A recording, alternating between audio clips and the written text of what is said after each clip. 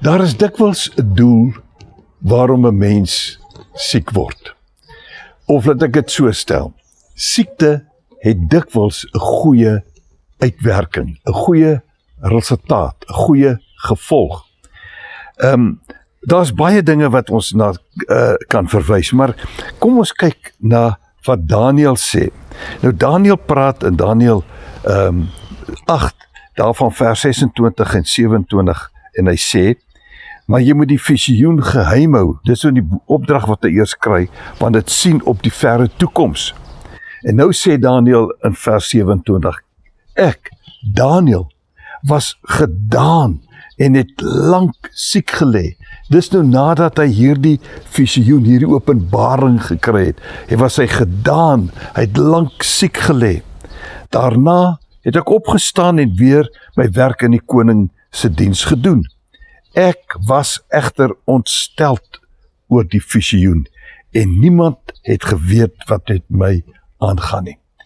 'n Goddelike visioen, 'n opdrag van God, wat hierdie man so getref het, om so nadelig getref het, dat hy siek geword het, en dat niemand eintlik geweet het wat met hom aangaan nie. Maar nou lees ek ook in die Nuwe Testament van so 'n geval. Galasiërs 4 vers 13 tot 14. Julle onthou mos hoe dit gekom het, en dis Paulus aan die woord, dat ek die eerste keer die evangelie aan julle verkondig het. Dit was deurdat ek siek geword het.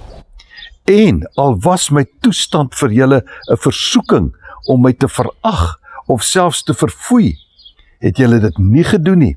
Inteendeel, julle het my ontvang asof ek 'n engel van God was. Ja, asof ek Christus Jesus self was.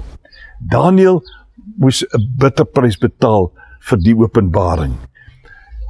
Paulus word ernstig siek. Nou, wat hy presies mekeer het, weet ek nie, maar in sy eie beskrywing was dit 'n verskriklike probleem wat hy gehad het.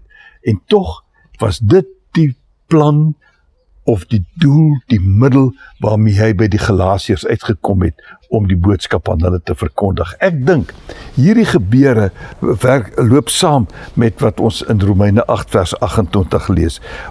Alles werk mee ten goeie vir die wat volgens die besluit van die Here geroep is. Kom ons aanvaar, negatiewe goed gebeur, maar kom ons sien dat dit ook op 'n positiewe resultaat kan uitloop. Glo dit, kom ons doen dit en loop mooi.